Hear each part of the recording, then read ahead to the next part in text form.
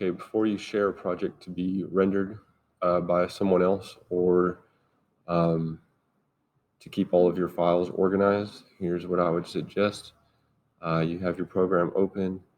Usually you can create a folder that would hold all of your assets inside. So I'm going to go to File, Project, and Create Default. And so it's going to create a new project with the default folder structure. So I'm going to choose this. I'm going to go into 3ds Max 2020. I'm going to create a new folder. I'm going to call this the same name as what this project is, which is Render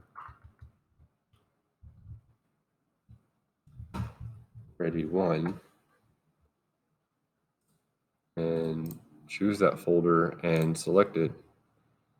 And what I'd like you to do is save all of your assets into that folder. That way I can, you see how it kind of built up a default bank of folders for you to keep your work organized. And so there's materials libraries, there is scenes and scene assets. Scene assets here, which would be like images for certain scenes, would go here. Render assets, sounds. And so this really sets up like a whole bank of things for you to keep.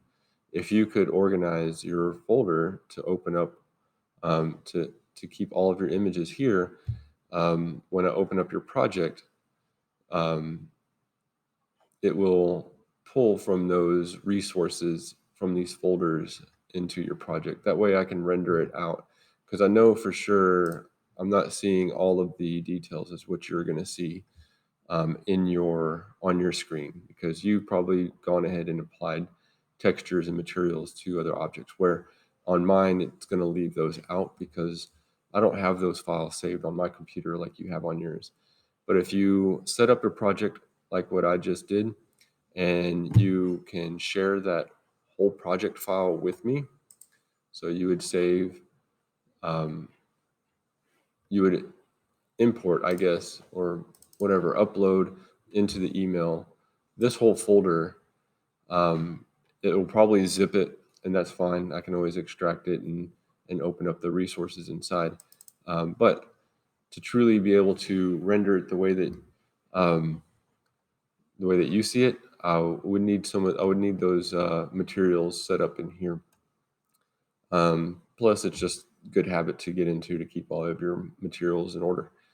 Um, Plus, whenever I try to render it right now, it tells me certain things are missing and it's not going to render it. So having those objects available would be great. That way I can see what you're seeing.